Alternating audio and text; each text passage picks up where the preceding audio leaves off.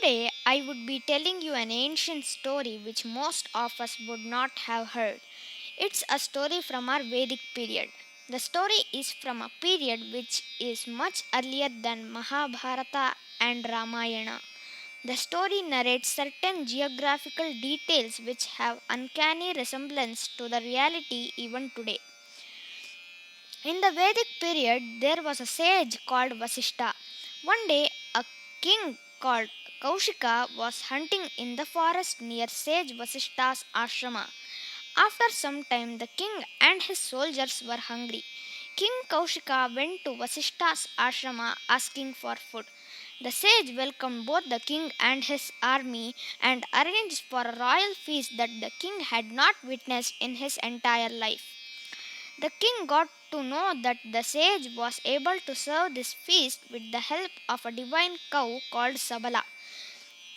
Kaushika asked Vasishta to hand over the cow since only a king deserves to have such a cow. The sage replied, Indra had given this cow to the welfare of the people in his ashrama and he has no authority to give away the holy cow. Kaushika thought of taking the cow with force. Sabala, being the heavenly cow, could defend itself by creating an army of its own and defeated Kaushika's army. This ensued a feud between Kaushika and Vasishta. Kaushika assembled his entire might and again attacked Vasishta. However, Vasishta defeated Kaushika with the power of his penance. Vamadeva, the pupil of Vasishta, rescues Kaushika from being killed in the duel. Kaushika was amazed at the strength of Vasishta and inquired how he can achieve the same prowess as Vasishta. Vamadeva guides Kaushika and eventually after a long penance, King Kaushika becomes sage Vishwamitra. Now, now with his newly acquired powers, Vishwamitra again wages a war with Vasishta. In the process, kills all the 100 sons of Vasishta. Unable to bear the loss of his sons, Vasishta tries to commit suicide by falling into the river Himavata. The pious river thought it would be a great loss for humanity if Vasishta dies in her waters. So the river shattered herself into 100 channels and saved the sage.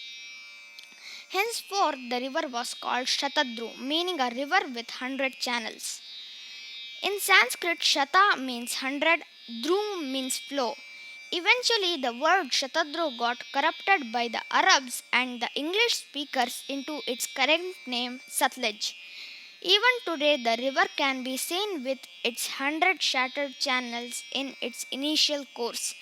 Some of the stories from our ancient text may sound imaginative, like this river named Shatadru, which is mentioned in the Rig Veda. Many of us would never have heard this river's name, but time and again it's proven that our sages did not mention a single word in our text that was not true. As far as our story of Vishwamitra's fight with Vasishta, it's a subject for another story in some time. Thank you, yours Surya.